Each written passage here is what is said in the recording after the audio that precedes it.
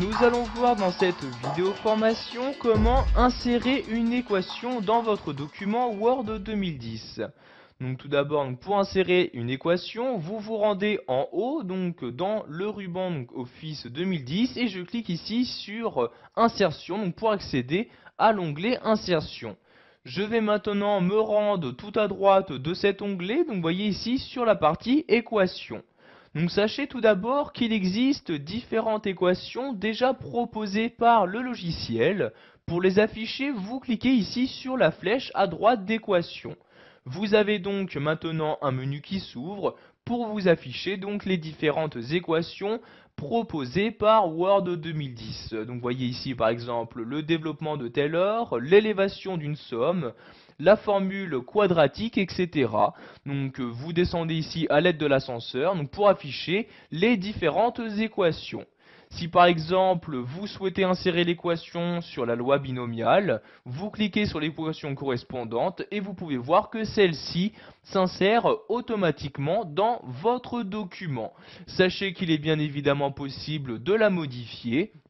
Donc vous déplacez ici votre curseur à l'intérieur comme vous le souhaitez. Donc maintenant, je vais ici descendre, je fais divers retours à la ligne comme ceci, et nous allons insérer une nouvelle équation que nous allons créer donc depuis le début. Donc pour ce faire, je retourne en haut dans l'onglet Insertion, je vais ici tout à droite de nouveau, et je clique cette fois-ci ici sur Équation. Vous avez donc maintenant une nouvelle zone qui s'ouvre, où vous allez devoir saisir votre nouvelle équation. Donc par exemple, je vais commencer ici par y, un espace, un égal, un nouvel espace.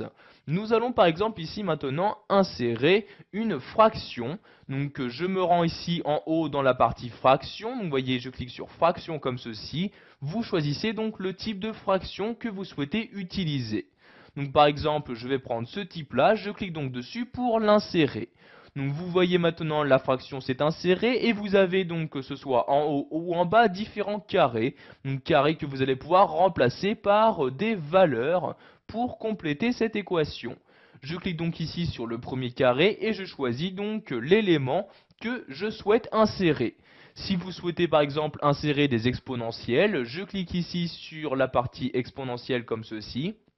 Et voyez donc, vous pouvez insérer donc soit créer depuis le début ces différents indices ou insérer par exemple ici les exponentielles en cliquant ici comme ceci et vous avez donc l'exponentielle correspondant qui s'est inséré. Donc par exemple ici si vous souhaitez mettre tout simplement exponentielle de moins x, je sélectionne ici ces valeurs-ci, donc je les supprime à l'aide de la touche retour arrière, j'insère ici un x comme ceci et voyez donc exponentielle de moins x apparaît maintenant donc en haut de ma fraction. Donc maintenant je vais cliquer sur le carré du bas comme ceci. Vous pouvez par exemple insérer des intégrales dans votre équation en cliquant ici sur intégrale et vous avez donc ici les différents types d'intégrales qu'il est possible d'utiliser. Donc vous avez donc dans toute cette partie de droite encore donc les fonctions les plus utilisées donc en mathématiques, vous voyez comme les matrices, etc. Pour insérer donc des symboles ne se trouvant pas forcément sur votre clavier, vous pouvez utiliser donc cette partie-là. Donc vous voyez ici le symbole infini, le symbole différent. Donc vous voyez, je clique dessus et celui-ci donc s'insère à l'endroit que je souhaite. Donc je le supprime ici à l'aide de la touche retour arrière de mon clavier.